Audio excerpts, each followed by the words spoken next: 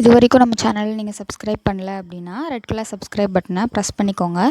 பக்கத்துலேயே இருக்க பெல் ஐக்கானையும் கிளிக் பண்ணிக்கோங்க. ஸோ தட் நான் எப்பப்போ வீடியோஸ் போட்டாலுமே நீங்கள் உடனே பார்க்கலாம். அண்ட் இன்றைக்கி வந்துட்டு டல்கோனா காஃபியோட ரெசிபி தான் ஷேர் பண்ண போகிறேன்.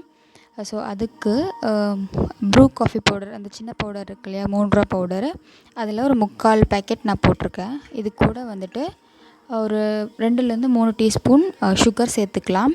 நம்ம எவ்வளோ பால் எடுக்கிறோமோ அதுக்கு தகுந்த மாதிரி நம்ம சுகரும் காஃபி பவுடரும் ஆட் பண்ணிக்கலாம்.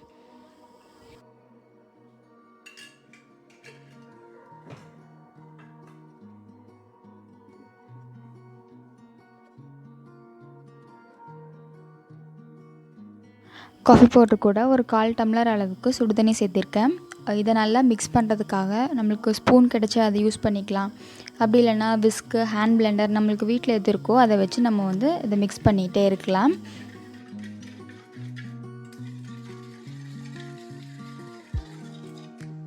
இந்த ப்ராசஸ் வந்துட்டு ஒரு 5 நிமிஷத்துலேருந்து 8 நிமிஷம் வரைக்குமே நம்ம நல்லா மிக்ஸ் பண்ணணும்.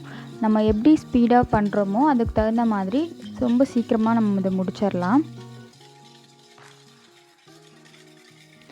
இந்த லிக்விட் வந்துட்டு நல்ல ஒரு க்ரீம் ஃபார்முக்கு வர வரைக்கும் நம்ம வந்து இதை நல்லா அடிச்சுக்கிட்டே இருக்கணும். நம்மளுக்கு முட்டை கலக்கும் இல்லையா, அந்த மாதிரி நல்லா அடிச்சுட்டே இருக்கணும் இதை.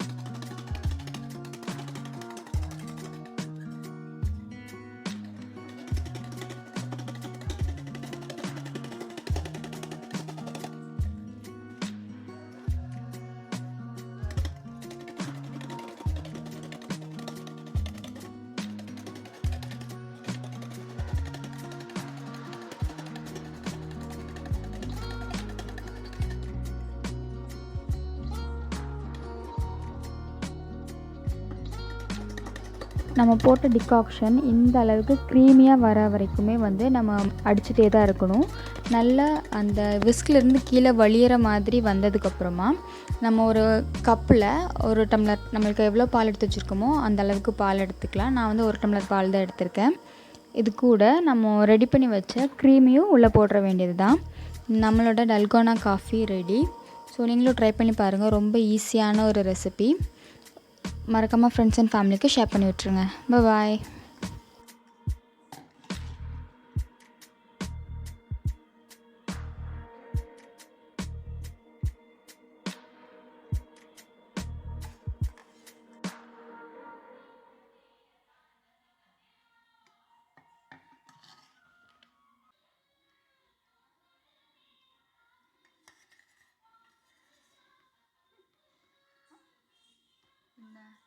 அவள் நீ ஊற்றிருக்க பால் அளவுக்கு நுர போட்டா, நீ அவள் ஊற்றிருக்க பால் அளவுக்கு நுர போட்டுச்சு.